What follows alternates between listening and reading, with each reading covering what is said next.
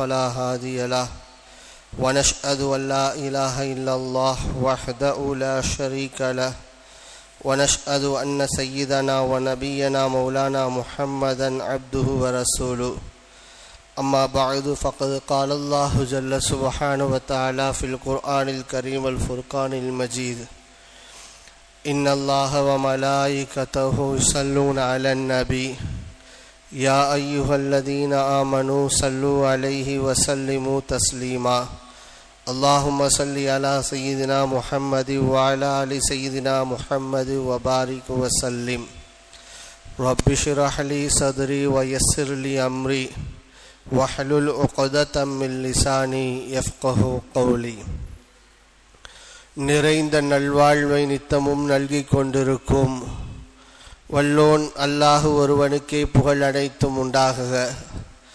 அவனது சலாத்தும் சலாமும் கண்மணி நாயகம் ஸல்லல்லாஹு அலைஹி வஸல்லம் அன்னவர்களின் மீதும் அவர்களின் அடிச்சுவடுகளை பிசகாமல் பின்பற்றி வாழ்ந்த சத்திய சஹாபாக்கள், நாதாக்கள், சுஹதாக்கள், நல்லோர்கள், குறிப்பாக இங்கு குழுமவிருக்கின்ற அனைவரின் மீதும் அல்லாஹுவின் அன்பும் அருளும் கருணையும் கரிசனமும் என்றென்றும் குன்றாமல் நின்று நிலவட்டுமாக. ஆமீன். கண்ணியத்திற்குரிய அல்லாஹுவின் நல்லடியார்களே, 21ஆம் நூற்றாண்டில் வாழ்ந்து வரக்கூடிய நாம், நமக்கு முன் வாழ்ந்த நம்முடைய முன்னோர்கள் அனுபவிக்காத பல்வேறு வசதிகளை, வாய்ப்புகளை, முன்னேற்றங்களை, வளர்ச்சிகளை கண்டும் அனுபவித்தும் நாம் வருகின்றோம். எல்லா விஷயங்களிலும் நம்முடைய வாழ்க்கை தரம் கூடியிருக்கிறதே தவிர குறைந்தபாடு இல்லை. அது உணவாக இருக்கட்டும், உடுத்தும் உடையாக இருக்கட்டும், வசிக்கும் இருப்பிடங்களாக இருக்கட்டும், பயணிக்கும் வாகனங்களாக இருக்கட்டும், எல்லாவற்றிலும் நம் வாழ்க்கை தரம் என்பது கூடி போய்தான் இருக்கிறது. ஒரு காலத்தில் பசிக்காக வேண்டி சாப்பிட்டார்கள். இன்றைக்கு பல பேர் ருசிக்காகத்தான் சாப்பிடுகிறார்கள். ஒரு காலத்தில் தன் பசியை போக்குவதற்கு ஒருவேளை உணவு இருந்தால் போதும் என்று எண்ணினார்கள். ஆனால் இன்றைக்கு பல வகையான உணவுகள் இருந்தால்தான் அன்றைய நேரத்தில் நல்லபடியாய் உண்டிருக்கிறோம் என்றே யோசிக்கிறார்கள். ஒரு காலத்தில் சில நூறுகளை செலவழித்து புத்தாடைகளை வாங்குவதற்கு கூட யோசித்தார்கள். ஆனால் இன்றைக்கு பல ஆயிரங்களை செலவழிப்பதற்கும் கூட நாம் தயக்கங்கள் காட்டுவதில்லை என்பதுதான் நிதர்சனமான உண்மையாயிருக்கிறது. நம்முடைய முன்னோர்கள் கட்டாந்தரையிலேயும் பாய்களிலும் படுத்துறங்கினார்கள், நிம்மதியோடு தூங்கினார்கள். ஆனால் பஞ்சு மெத்தைகள் இன்றைக்கு நாம் உறங்கினாலும் கூட தூக்கம் வருவது கிடையாது, நிம்மதியான உறக்கம் வருவது கிடையாது. வசதிகளில், வாய்ப்புகளில், வாழ்க்கை தரங்களில் மேம்பட்டு இருக்கிறோம். நம் முன்னோர்கள் அனுபவிக்காத சௌகரியங்களை நாம் இன்றைக்கு அனுபவித்துக் கொண்டிருக்கிறோம். ஆனாலும் நம் வாழ்க்கை நிம்மதியோடு பயணிக்கிறதா, நம் வாழ்க்கைகள் கவலையின்றி இருக்கிறதா என்றால் கண்டிப்பாய் இல்லை. பல நபர்களுடைய வாழ்க்கை கவலைகளோடும் கஷ்டங்களோடும் புலம்பல்களோடும் தான் சென்று கொண்டிருக்கிறது. யோசிக்கிறோம், முன் சென்றவர்கள் வாழ்க்கை தரத்தில், வசதி வாய்ப்புகளில், சௌகரியங்களில் குறைவாக இருந்தாலும் நிம்மதியை அனுபவித்தார்கள். இன்றைக்கு சௌகரியங்கள் பெருகி இருக்கின்றன, நிம்மதி கூட வேண்டும். ஆனால் அதற்கு மாற்றமாய் நிம்மதி என்பது குறைந்திருக்கிறது. நிம்மதி என்பது வாழ்க்கையில் இருந்து தொலைந்து போயிருக்கிறது. காரணம் என்னவென்றால், நபி ஸல்லல்லாஹு அலைஹி வஸல்லம் அவர்கள் இந்த மாதத்தில் எதை கேட்டார்களோ, கேட்க சொன்னார்களோ, அது நம்முடைய வாழ்க்கையில் இல்லாமல் போறதுதான் காரணம். பெருமானார் கேட்டார்கள் அல்லவா, அல்லாஹும்ம பாரிக் லனா ஃபி ரஜப வ ஷஅபான் வ பல்லிக்னா ரமலான்.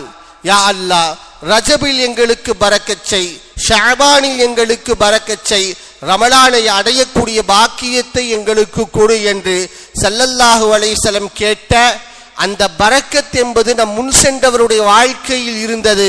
எனவே வசதிகளும் வாய்ப்புகளும் வாழ்க்கை தரங்களும் சௌகரியங்களும் குறைவாக இருந்தாலும் நிம்மதி இருந்தது. இன்றைக்கு பரக்கத் என்பது நம்முடைய வாழ்க்கையில் இருந்து எடுபட்டு போய்விட்டதின் காரணமாய் சௌகரியங்கள் நிறைய இருந்தாலும் வசதிகள் நிறைய இருந்தாலும் நிம்மதி என்பது நம் வாழ்க்கையில் இல்லாமல் போய்விட்டது என்று சொல்லலாம். பரக்கத் என்பது நிம்மதியான வாழ்க்கைக்கு அச்சாணி. ஒரு மனிதனுடைய வாழ்க்கை நிம்மதியோடு பயணிக்க வேண்டும் என்று சொன்னால் அங்கே பரக்கத் என்பது முக்கியமான அடிப்படையான அம்சம். பரக்கத் இல்லாமல் நிம்மதியோடு வாழ்வது என்பது சாத்தியமற்றது. எனவேதான் ஸல்லல்லாஹு அலைஹி வஸல்லம் அவர்கள் பரக்கத்தை அல்லாஹ்விடத்தில் கேட்டார்கள். பெருமானாரிடத்தில் யார் வந்து துஆ செய்ய சொன்னாலும் யா அல்லாஹ் இவருக்கு அதிகமாக கொடு என்று பிரார்த்திக்க மாட்டார்கள். பரக்கத்தாய் கொடு என்பதுதான் பெருமானார் ஸல்லல்லாஹு அலைஹி வஸல்லம் அவர்கள் துஆ செய்பவர்களாக இருந்தார்கள். அபூ ஹுரைரா ரலியல்லாஹு அன்ஹு அவர்கள் சொல்கிறார்கள், மதீனாவில் முதல் கனி தோன்றிவிட்டால், முதல் கனி உண்டாகிவிட்டால் அந்த முதல் கனியை பழத்தை எடுத்து கொண்டு வந்து அந்த மதீனத்து மக்கள் பெருமானாரிடத்தில் கொடுத்து நாயகமே துஆ செய்யுங்கள் என்பார்கள். ஸல்லல்லாஹு அலைஹி வஸல்லம் அந்த கனியை பெற்றுக்கொண்டு இப்படி துஆ செய்வார்கள், அல்லாஹும்ம பாரிக் லனா ஃபீ ஸமரினா வபாரிக் லனா ஃபீ மதீனத்தினா வபாரிக் லனா ஃபீ ஸாஇனா வபாரிக் லனா ஃபீ முத்தினா. யா அல்லாஹ், எங்கள் கனிகளில் பரக்கத் செய், எங்களுடைய மதீனா நகரத்தில் பரக்கத் செய், சாஅ முத்து என்கிற அளவுகளில் நீ பரக்கத் செய் என்று பரக்கத்துக்காக வேண்டி பெருமானார் ஸல்லல்லாஹு அலைஹி வஸல்லம் பிரார்த்திப்பார்கள் என்று பார்க்கிறோம். உர்வா ரலியல்லாஹு என்கிற சஹாபி சொல்கிறார்கள், ஒரு நாள் ஸல்லல்லாஹு அலைஹி வஸல்லம் அவர்கள் என்னிடத்தில் ஒரு தீனார் கையிலே கொடுத்து சந்தையில் போய் ஒரு ஆடு வாங்கி வா என்று சொன்னார்கள். நான் ஒரு தீனாரை பெற்றுக்கொண்டு சந்தைக்கு போனேன், விலை பேசினேன், ஒரு ஆடை வாங்கி கொண்டு திரும்பினேன். சந்தையில் ஒரு ஓரத்தில் நின்று விட்டேன். அந்த ஆட்டை வாங்கிய ஆட்டை விற்கலாம் என்று முடிவு செய்து விட்டேன். ஒருவர் வந்து என்னிடத்தில் ஆடு எவ்வளவு என்று கேட்டார். நான் 2 தீனார்கள் என்று சொன்னேன். 2 தீனாரை கொடுத்து ஆட்டை வாங்கி சென்று விட்டார். நான் பெற்ற அந்த 2 தீனாரை எடுத்துக்கொண்டு மீண்டும் சந்தைக்குள்ளே போய் ஒரு ஆடை கண்டுபிடித்து 1 தீனாருக்கு ஆட்டை வாங்கிவிட்டு பெருமானாரிடத்தில் வந்து ஆட்டையும் கொடுத்து விட்டேன், 1 தீனாரையும் திருப்பி கொடுத்து விட்டேன். பெருமானாருக்கு ஆச்சரியம். 1 தீனாரை கொடுத்து ஆடு வாங்குவா என்று சொன்னால் கேட்ட சொன்னபடி ஆட்டையும் வாங்கி வந்து கொடுத்து விட்டார். கொடுத்து அனுப்பிய 1 தீனாரையும் கொண்டு வந்து திரும்ப கொடுத்துட்டாரு. எப்படி என்று பெருமானார் கேட்க நடந்த செய்திகளை எல்லாம் உர்வா ரலியல்லாஹு அன்ஹு அவர்கள் விவரித்தார்கள்.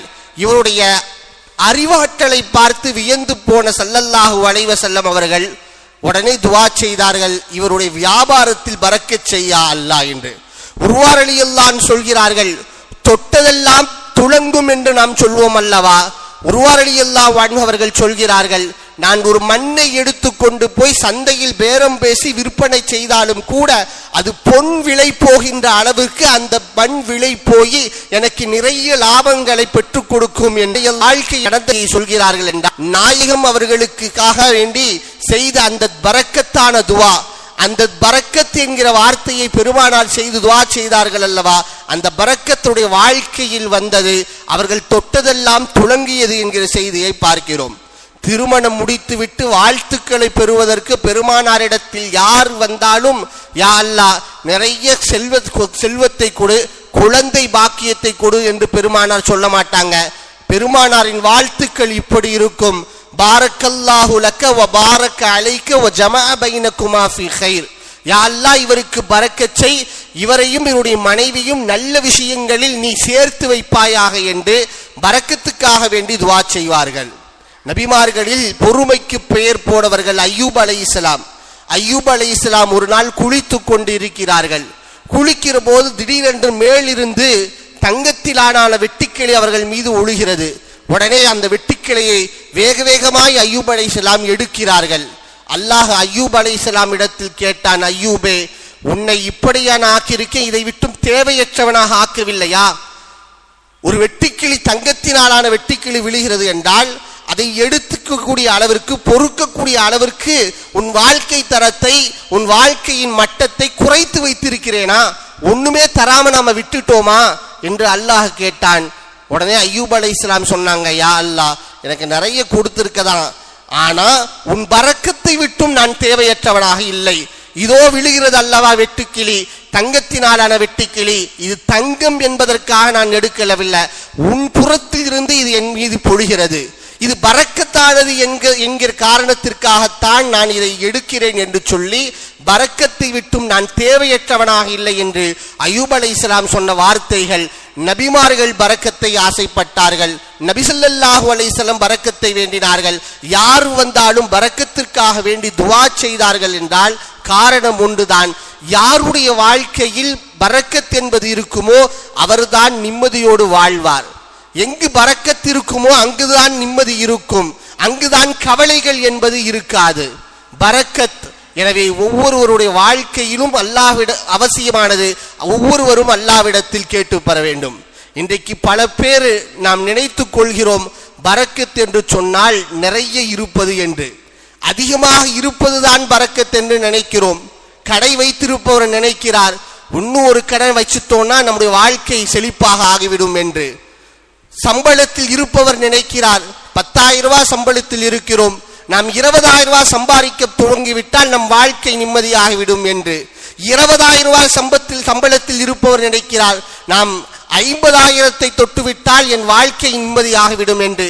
பரக்கத் என்றால் அதிகமாக இருக்கிறது என்று புரிந்து கொண்டதின் விளைவாய் அல்லாஹ்விடத்தில் எப்பொழுது துஆ கேட்டாலும் இது போன்ற வார்த்தைகளை நாம் கேட்டு அல்லாஹ்விடத்தில் பிரார்த்திக்க துவங்கி விடுவோம். ஆனால் உண்மையில் பரக்கத் என்பது அதிகத்தை குறிக்கக்கூடிய வார்த்தை அல்ல, நிறைய இருப்பதை குறிக்கக்கூடிய வார்த்தை அல்ல, எண்ணிக்கையை சுட்டி காட்டக்கூடிய வார்த்தை அல்ல. பரக்கத் என்றால் நிறைய இருப்பதற்கு பொருள் அல்ல, நிறைவாக இருப்பதற்கு பெயர் தான் பரக்கத். இருப்பதை கொண்டு நம் வாழ்க்கை நிறைவாக நாம் இருக்கின்றோம் என்றால் அதற்கு பெயர் பரக்கத். கொஞ்சம் தான் சம்பாதிக்கிறாரு, ஆனால் அவருடைய அத்தனை தேவைகளுக்கும் அந்த காசு என்பது பணம் என்பது போதுமானதாக இருக்கிறது. அடுத்தவர்களிடத்தில் கையேந்தக்கூடிய ஒரு சூழ்நிலை என்பது வாழ்க்கையில் உருவாகவில்லை என்று சொன்னால் அந்த பொருளாதாரத்தில் அல்லாஹ் பரக்கத் செய்திருக்கிறான் என்று அர்த்தம். பரக்கத் என்றால் நிறைய இருப்பதற்கு பெயர் அல்ல, நிறைவாக இருக்க வேண்டும். அந்த பொருளாதாரத்தின் மூலமாய் இவருக்கு சங்கடங்களோ அல்லது கஷ்டங்களோ உண்டாகக்கூடாது. அந்த பொருளாதாரம் இவருக்கு மன நிம்மதியை அளிக்கக்கூடியதாக இருக்கணும், அதற்கு பெயர் தான் பரக்கத். நபி ஸல்லல்லாஹு அலைஹி வஸல்லம் அவர்கள் சொன்னாங்க, ஆடுகளை நீங்கள் வளருங்கள், ஆடுகளை வளருங்கள், அல்லாஹ் அதில் பரக்கத் செய்திருக்கிறான் என்று ஸல்லல்லாஹு அலைஹி வஸல்லம் சொன்னாங்க. பரக்கத்திற்கு மிகச்சிறந்த உதாரணமாய் இந்த ஆட்டை சொல்லலாம். அல்லாஹ்வின் பரக்கத்தை தன்னகத்தே பொதிந்த ஒரு பிராணி தான் ஆடுகள் என்பது. யோசித்து பாருங்கள், உலகத்தில் நாய்கள் என்பது அதிகமாக இனப்பெருக்கம் செய்யக்கூடிய பிராணி. ஒரு நாய் ஒரு முறை பிரசவித்து அது குட்டிகளை போட்டால் ஒரே சமயத்தில் 6 குட்டி 7 குட்டிகளை போடும். ஒரே சமயத்தில் சில சமயங்களில் 10 குட்டிகளை கூட நாய்கள் ஈன்றெடுக்கும். நாய்கள் அதிகமாக இனப்பெருக்கம் செய்யக்கூடிய பிராணிகளில் ஒன்று. அதே சமயத்தில் நாய் என்பது சாப்பிடப்படக்கூடிய பிராணிகள் அல்ல, பிற மதத்தவர்களாலும் சாப்பிடப்படக்கூடிய பிராணிகள் அல்ல. எனவே அதை அறுப்பது என்பது குறைவு. சில வீடுகளில் பிற மதத்தவர்களில் பிற சமயத்தவர்களில் வளர்ப்பு பிராணியாய் காவலுக்கு வேண்டுமானால் வளர்க்கலாமே ஒழிய அதை சாப்பிடப்படக்கூடிய பிராணிகளாய் யாரும் பார்ப்பது கிடையாது. நாய் என்பது அதிகம் இனப்பெருக்கம் செய்கிறது, அது சாப்பிடப்படக்கூடிய பிராணியும் அல்ல, அதிகமாக யாரும் அறுப்பதும் கிடையாது. எனவே ஆனால் நாய்களுக்கென்று எங்கேயாவது மந்தைகளை பார்த்திருக்கிறோமா? நாய் மந்தை என்று எங்கேயாவது இருக்கிறதா? இல்லை. அதே சமயத்தில் ஆட்டை எடுத்துக் கொள்ளுங்கள், அதிகமாக இனப்பெருக்கம் செய்வது அல்ல. ஒரு சமயத்தில் அது பிரசவித்து குட்டியை ஈன்றெடுத்தால் 1-2 குட்டிகளை தான் ஈன்றெடுக்கும். நாயை போல 6, 7, 10 என்றெல்லாம் நிறைய குட்டிகளை ஆடுகள் என்பது ஈன்றெடுப்பது கிடையாது. அதே சமயத்தில் ஆடு என்பது எல்லா சமயத்தவர்களாலும் பல சமயத்தவர்களால் விரும்பி உண்ணப்படக்கூடிய ஒரு உணவு பிராணியாய் இருக்கிறது. எனவே ஆடுகளை அறுப்பது என்பது அதிகம். சொல்ல போனால் குர்பானி என்கிற சமயத்தில் மாத்திரம் முஸ்லிம்களால் கோடிக்கணக்கான ஆடுகள் அறுக்கப்படுகின்றன. இனப்பெருக்கத்தால் குறைவாக இருக்கிறது, அறுக்கப்படுவதில் ஆடுகள் அதிகமாக இருக்கிறது. ஆனாலும் ஆடுகள் விஷயத்தில் இந்த உலகத்தில் தட்டுப்பாடு என்பது இல்லை. ஆடுகளுக்கென்று பல்வேறு மந்தைகளை பார்க்கிறோம். ஒரே நபரே பல ஆயிரக்கணக்கான ஆடுகளை வைத்திருப்பதை பார்க்கலாம். பெருமானார் காலத்தில் பனு கலப் என்கிற ஒரு கூட்டத்தினர்கள் இருந்தார்கள். அந்த பனு கலப் கூட்டத்தினர்களை ஆட்டு மந்தைகள் வைத்திருந்தார்கள். ஹதீஸ்களில் வருகிறது, அவர்களிடத்தில் வைத்திருந்த ஆட்டு மந்தையை திறந்து விட்டால் மேய்ச்சலுக்கு அந்த ஆடுகள் மலைகள் மீது ஏறினால் ஒட்டுமொத்த மலையும் சூழ்ந்து கொள்ளுமான். அத்தனை ஆடுகளை அந்த பனு கலப் கூட்டத்தினர்கள் வைத்திருந்தார்கள். நாம் சொல்ல வருகின்ற செய்தி, நாய்கள் என்பது இனப்பெருக்கத்தால் அதிகமாக இருந்தாலும் அதற்கென்று தனிப்பட்ட மந்தைகள் கிடையாது. ஆடுகள் இனப்பெருக்கத்தால் குறைவாக இருந்தாலும் அறுக்கப்படுவதில் அதிகமாக இருந்தாலும் தட்டுப்பாடு ஏற்பட்டிருக்க வேண்டும், ஆனால் ஏற்படவில்லை. ஆடுகள் மந்தைகளாய் நிரம்பி வழிகின்றன என்றால் அல்லாஹ் அந்த பிராணியில் பறக்கச் செய்தான் என்பதுதான் காரணம். அதைத்தான் பெருமானார் சொன்னார்கள், ஆடுகளை வளருங்கள், அதில் அல்லாஹ் பறக்கச் செய்திருக்கின்றான் என்று. பறக்கத் ஒரு வாழ்க்கையில் ஏற்பட்டு விட்டால் இந்த மாற்றத்தை நம்மால் காண முடியும். குறைவாக பொருள் இருக்கும், ஆனால் நிறைவான வாழ்க்கையை அவர் வாழ துவங்கி விடுவார். ஸல்லல்லாஹு அலைஹி திருக்குர்ஆனில் அல்லாஹ் ஜைத்தூன் எண்ணெயை குறித்து இப்படி சொல்கிறான், ஷஜரத்தின் முபாரக்கத்தின் ஜைத்தூனத்தின், ஜைத்தூன் மரம் பரக்கத்தான மரம் என்று அல்லாஹ் சொல்கிறான். அந்த மரம் பரக்கத், அந்த ஜைத்தூன் மரத்திலிருந்து வரக்கூடிய எண்ணெயும் பரக்கத்தானது. ஆலிவ் எண்ணெய் என்று சொல்கிறோம் அல்லவா, அது பரக்கத்தான எண்ணெய், அல்லாஹ்வுடைய பரக்கத்துகளை சுமந்திருக்கக்கூடிய எண்ணெய். அந்த பரக்கத்தை எப்படி விளங்குவது? மற்ற எண்ணெய்களை, எந்த எண்ணெயை எடுத்துக்கொண்டாலும் அதை கூடுதலாக ஒரு மனிதன் பயன்படுத்துகிற போது அவருடைய இரத்த நாளங்கள் எல்லாம் அடைபட்டு போகும், கொலஸ்ட்ரால் போன்ற நோய்கள் ஏற்படும், இதய நோய்கள் எல்லாம் எண்ணெய்கள் என்பது ஏற்படுத்தும். இதுதான் எண்ணெயினுடைய இயற்கை தன்மை. ஆனால் மருத்துவர்கள் ஜைத்தூன் எண்ணெயை குறித்து, ஆலிவ் எண்ணெயை குறித்து ஆய்வு செய்துவிட்டு வியந்து போய் சொல்கிறார்கள், ஒருவர் ஆலிவ் எண்ணெயை எடுத்துக்கொள்கிற போது, பயன்பாட்டுக்கு உட்படுத்திக் கொள்கிற போது அது இரத்த நாளங்களை அடைப்பட்டிருந்தால் அந்த அடைப்பட்ட இடத்தை திறந்து விடுகிறது என்றார்கள். எண்ணெயின் இயற்கைத்தன்மை அடைப்பது, ஆனால் இது அடைப்பதற்கு பதிலாய் திறந்து விடுகிறது. கொலஸ்ட்ராலை ஆலிவ் எண்ணெய் என்பது குறைக்கும் என்கிறார்கள். பொதுவாக எண்ணெய்களை உட்கொள்கிற போது கொலஸ்ட்ரால் ஒருவருக்கு பெருகும், ஆலிவ் எண்ணெயை உட்கொள்கிற போது கொலஸ்ட்ரால் குறையும் என்கிறார்கள். மற்ற எண்ணெய்களை உட்கொள்கிற போது இதய நோய் அதிகரிக்கும் என்கிறார்கள். ஆலிவ் எண்ணெயை ஒருவர் உபயோகப்படுத்துகிற போது இதய நோய் குறையும் என்கிறார்கள். காரணம் என்ன? அல்லாஹ் சொன்னான் அல்லவா, ஷஜரத்தின் முபாரக்கத்தின் ஜைத்தூனத்தின், அந்த ஜைத்தூன் எண்ணெயில், அந்த ஜைத்தூனிலே நாம் பரக்கத்தை வைத்திருக்கிறோம் என்று அல்லாஹ் கரக் என்கிற அந்த எண்ணெய் தாங்கி இருப்பதின் காரணமாகத்தான் மனிதனுக்கு பலன்களை கொடுக்கக்கூடியதாய், நன்மைகளை கொடுக்கக்கூடியதாய் மாறியிருக்கிறது என்பதை நாம் புரிய வேண்டும். கண்ணியத்திற்குரிய அல்லாஹ்வின் நல்லடியார்களே, நாம் நிறைய பேர் என்ன நினைக்கிறோம், அதிகம் என்பதுதான் பரக்கத் என்று நினைக்கிறோம். நிறைய இருப்பதற்கு பெயர் தான் பரக்கத் என்று நினைக்கிறோம். நிறைய இருப்பதற்கு பெயர் பரக்கத் அல்ல, நிறைவாக இருப்பதற்கு பெயர் தான் பரக்கத். சம்பாதிப்பவர் எண்ணுகிறார், நான் 1 லட்சம் சம்பாதிக்கிறேன், 2 லட்சம் சம்பாதித்தால் என் வாழ்க்கை நிம்மதியாய் ஆகிவிடும். ஒரு கடை வைத்திருப்பவர் நினைக்கிறார், இன்னும் 2 கடை வச்சுட்டேனா என் கஷ்டமெல்லாம் தீர்ந்துவிடும், மன மகிழ்ச்சியோடு நான் வாழ்வேன் என்று நினைக்கிறார். ஆனால் எத்தனை கடைகள் வைத்தாலும் அவருடைய நிம்மதி வாழ்க்கைக்கு வரமாட்டேங்கிறது. எத்தனை லட்சங்களை சம்பாதித்தாலும் கவலைகள் வாழ்க்கையில் இருந்து விரண்டோடுவதில்லை. அடிப்படை காரணம் கஸ்ரத், அதிகம் என்பது நிம்மதியை கொண்டு வருவாது. பரக்கத் என்பதுதான் நிம்மதியை கொண்டு வரும். அந்த பரக்கத் நம் வாழ்க்கையில் வந்துவிட்டால் நம் வாழ்க்கை நிம்மதியாக ஆகிவிடும். குறைவாக நம் இடத்தில் பொருளாதாரம் இருந்தாலும் நிறைவாக மன நிம்மதியாக கவலைகள் இன்றி தூங்குபவர்களாய் மாறிவிடுவோம். எல்லாம் அல்ல அல்லாஹு ஜல்ல சுப்ஹானஹு தஆலா அத்தகைய பரக்கத்துகளை அவனிடத்தில் அதிகமாய் கேட்கவும், நம் குடும்பத்தில், பொருளாதாரத்தில், ரிஸ்கில், மனைவி மக்களிலே, நம்முடைய அறிவாற்றலிலே, ஹிஃப்லிலே, மனன சக்தியிலே, எல்லா விதமான விஷயங்களிலும் அல்லாஹ் பரக்கத்தை தந்தருள் புரிவானாக. வாஹிரு தாவானா அனில் ஹம்துலில்லாஹி ரப்பில் ஆலமீன்.